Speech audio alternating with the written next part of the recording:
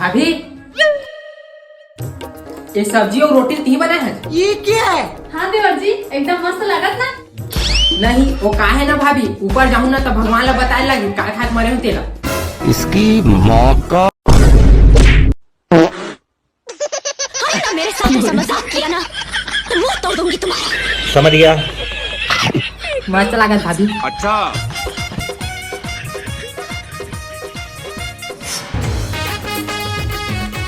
भाभी इकलौती भाभी आज मोर सेटिंग वेटिंग तो करा भाभी। सेटिंग?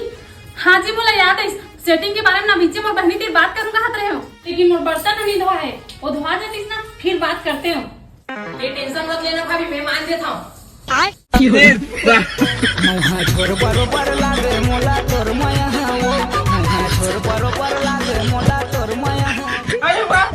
ये तो भाभी बर्तन मजा गए, अब तो बहनी तेरी बात कर।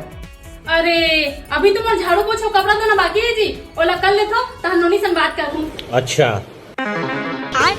अबे कहाँ गया बे?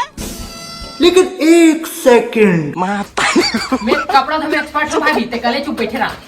अच्छा जी ऐसा है क्या?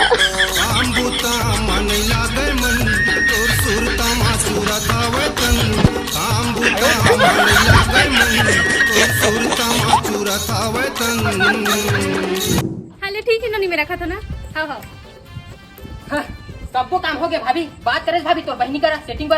हाँ करे हो ना जी, अभी तो मेरे बारे में बात करते रहे हो। तो क्या बोलिस भाभी?